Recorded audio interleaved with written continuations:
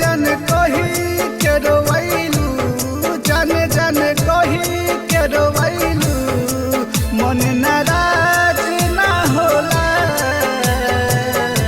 कि दिल टूटला के ए सनम कवनो आवाज ना होला। तो दिल टूटला के ए सनम कवनो आवाज ना होला।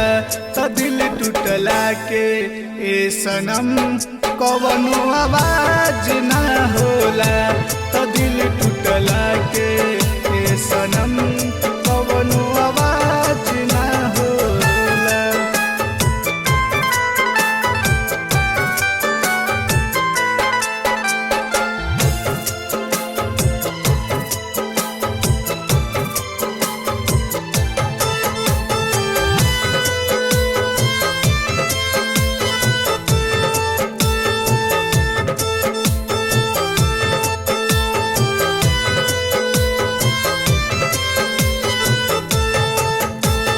रहे का कसूर दूर हमारा से भइलू, प्यार में का कमी रहे कुछ न बतैलू।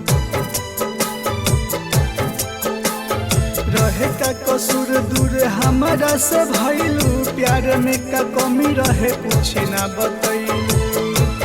तू प्यार कई के रोवैलू, तू प्यार कई के रोवैलू, मन नाराज ना होला।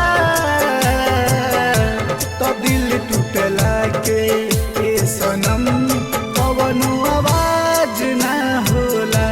तो दिल टूटला के ए सनम कवनो आवाज ना होला।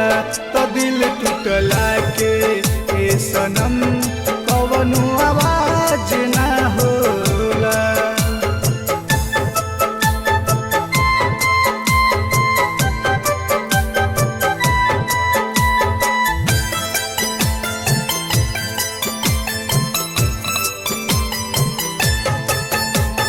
दिलवा पो हमारा तू छुरी चलैलू, अनिल बिहारी के तू काहे भूल गईलू।